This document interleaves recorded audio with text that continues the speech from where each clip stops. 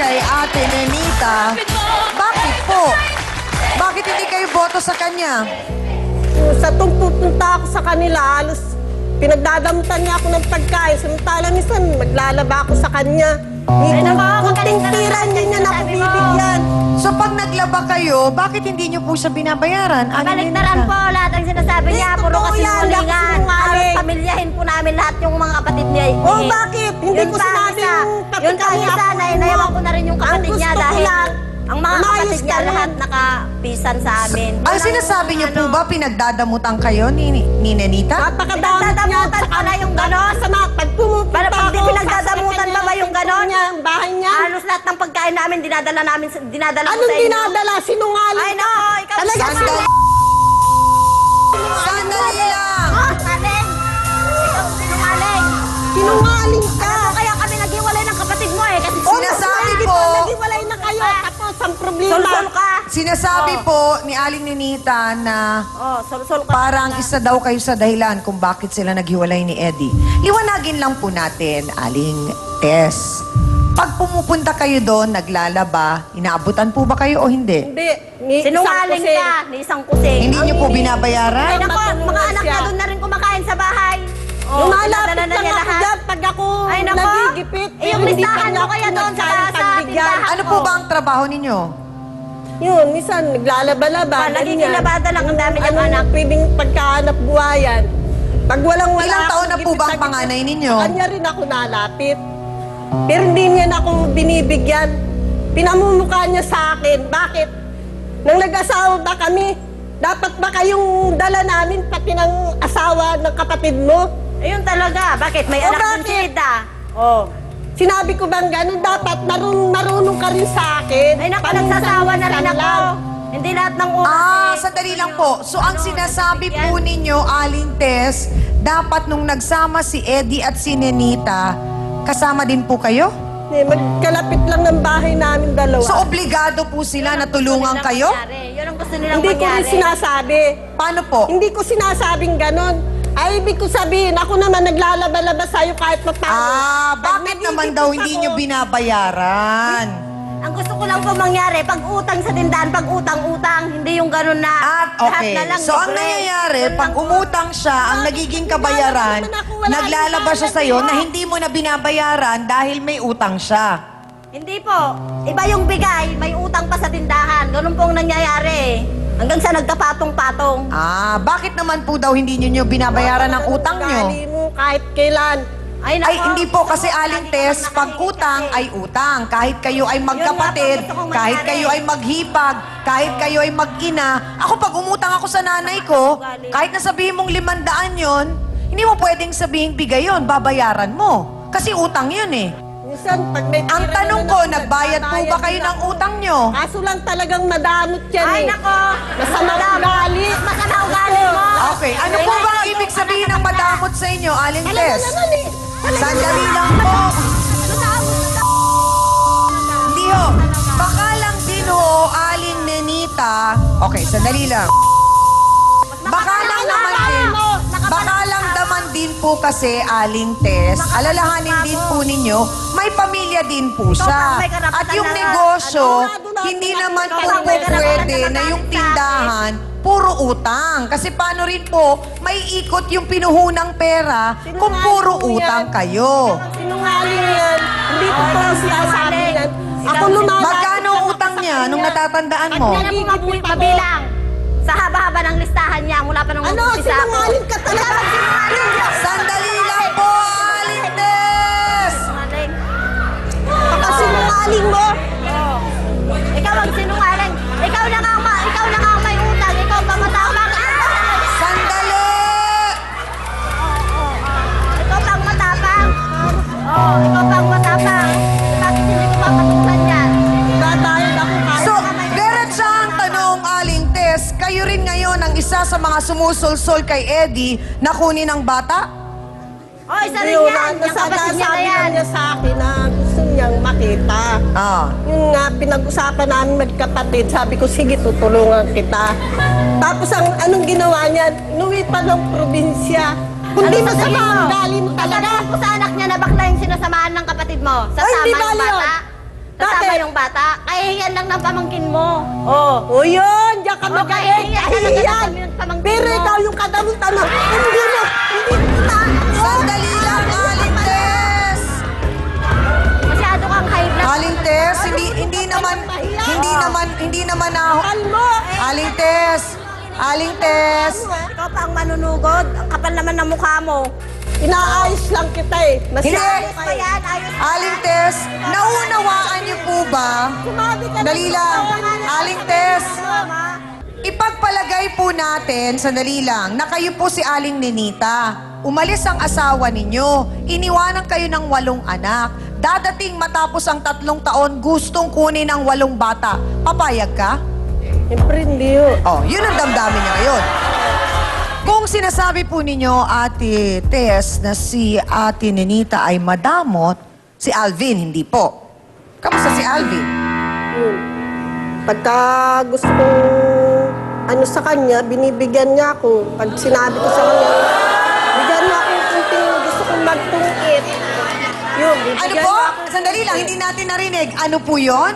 Pag sinabi ko sa kanya minsan, parang gusto kong magtungit, bigyan mo ako. Yun, bibigyan niya ako. Gusto kong tumambling sa balong malalim. 8 ang anak, kailangan pang magtong-its. Aling Tess, Aling Tess, Aling Tess. Ilang beses ko po bang sasabihin dito sa programang ito na wala po talagang naidudulot na maganda sa buhay natin ang pagsusugal. Kahit naman ako nagtungit eh, napapag-aral ko rin naman kahit kanti yung mga anak ko. Bakit ho kaya parang may nabalitaan pa akong isa? Bukod sa pagtotoong its po ninyo, laman din po tayo ng inuman. Saan po natin kinukuha ang pang-inom natin, Aling Tess? Eh, libre naman mo yun eh. Pag ginaya ako ng mga kaibigan ko, pag sinabi niya eh, Ah, sino po ang nanlilibre sa inyo? yung mga barkada ko rin.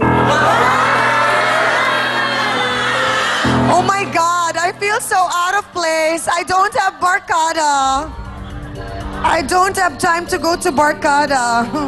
Ilang taon na po tayo, Ate Tess? 51. 51.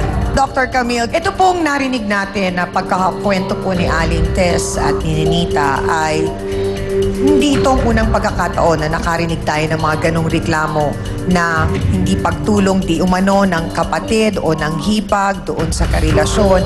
Kasi parang ang sinasabi nito ni Aling Tess ay kailangan tulungan sila ni Nenita na parang dahil nga sa kapatid ni Ate Tess itong si Eddie at may problema siya. Ang tanong, hanggang saan po ba ang tama at talagang kumbaga ay yung pagtulong na alam mong nakatulong ka pero hindi kinain ang buong braso mo, parang ganon. Tiyang yun ang mahirap sa atin. Unang-una, yung relasyon dito na pinipilit isingit ng mga tao na kaanak sila, kamag-anak sila, napakahirap para sa isang tao na nag-uumpisang bumangon. Dahil kasi sasabihin nilang ganun, kapatid ko nga yung yung kinakasama mo, wala na nga ho yung kinakasama eh. Sa iba nga po sumama. So unang-una, kayo pa ang dapat tumulong dahil kasi kayo, yung kaanak nyo ang may ginawang kasalanan. So bakit kayo Ang may naging pagkukulang ay si Oo. Kuya Eddie. So basically, ang dapat nilang isipin, ang tulong na dapat nilang ibigay is financial. Pero kayo... Para dun sa bata, dahil Oo. may anak si Kuya Eddie kay Yun Ate ang- Nenita. Oh, totoo yun, Chang. Kasi yun ang pamantayan ng lipunan natin eh. Na pag sa lalaki, financial assistance. Pag sa babae, emotional, psychological, at yung possibility na support na affection needs, nurturance, lahat nandoon. So dapat pala, kung hindi napupunuan ni Kuya Eddie yung dapat na ibinibigay niyang pera na suporta doon sa kanilang anak, ay dapat pa nga si Ate Tess ang tumutulong or kung buhay ang mga magulang nila, yun ang gumagawa at tumutulong kay Mang Eddie. Totoo yun, Chang. Hindi yung si Ate Tess ang hihingi ng tulong kay Nenita. Oo, totoo yun. Dahil Ah. kasi yun ang talagang, yung sinasabi nga yung norms, na ganun talaga na kung sakasakali magkahiwalay, eto ang dapat mangyari. Nako mga kapatid, marami tayong natutunan doon. Ganun pala yun. Maraming salamat, Doc, na kapag naghiwalay po pala, kayo pa nga ho dapat daw ang tumutulong at nagbibigay ng pera kung hindi makapagbigay ng pera si Eddie para dun sa bata. Hindi ba? Eh, paano ngayon yun, mga kasawsawan? Eh, mag-photo hands kaya muna tayo. Nagulat kami ni Ate Tess dun. Oo nga, Chang. At maganda ang natutunan natin yan. Marami tayong marirealize ngayon na pag ang partido mo pala ay sa lalaki, kahit ikaw ay kapatid, parang medyo obligado ka ding tumulong, di ba? So, yon ang tanong, mga kapatid. Ano ba ang simpatsya nyo at na kanino ang boto nyo? Sa pula ba o sa puti? Go!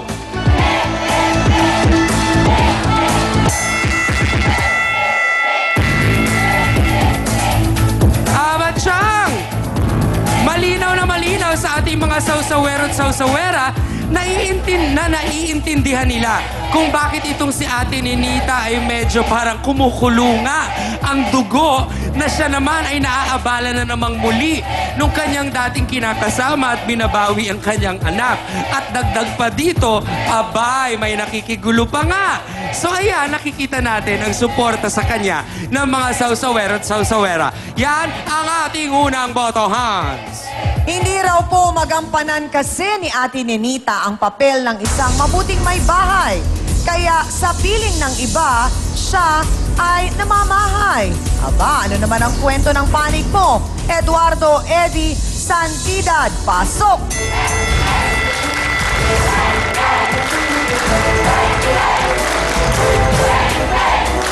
Ito ang babae kasi masama ka sa ugali mo, kaya yung anak ko ay may pakita sa akin.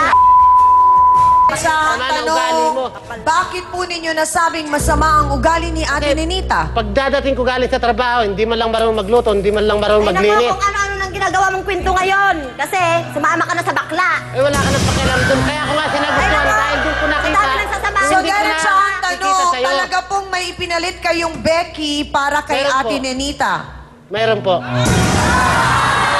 Gaano katagal na po kayo nitong si Alvin? Bali, 9 na taon na po kami ngayon. 9 years na! Eh, ilang taong kayo nagsama? 5 po. 5!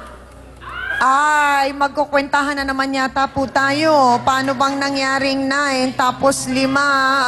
Paliwanag sa pagbabalik po ng Face to Face. Abangan nyo.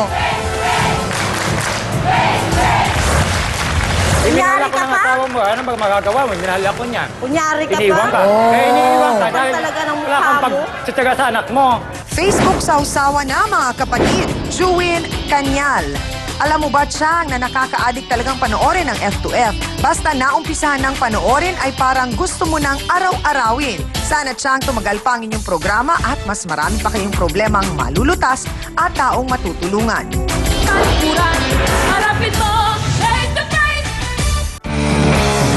Don't go away, magbabalik ang Face to Face dito sa TV5. Ang tamang timpla ng asin na gusto mo sa sinigang, nakahanap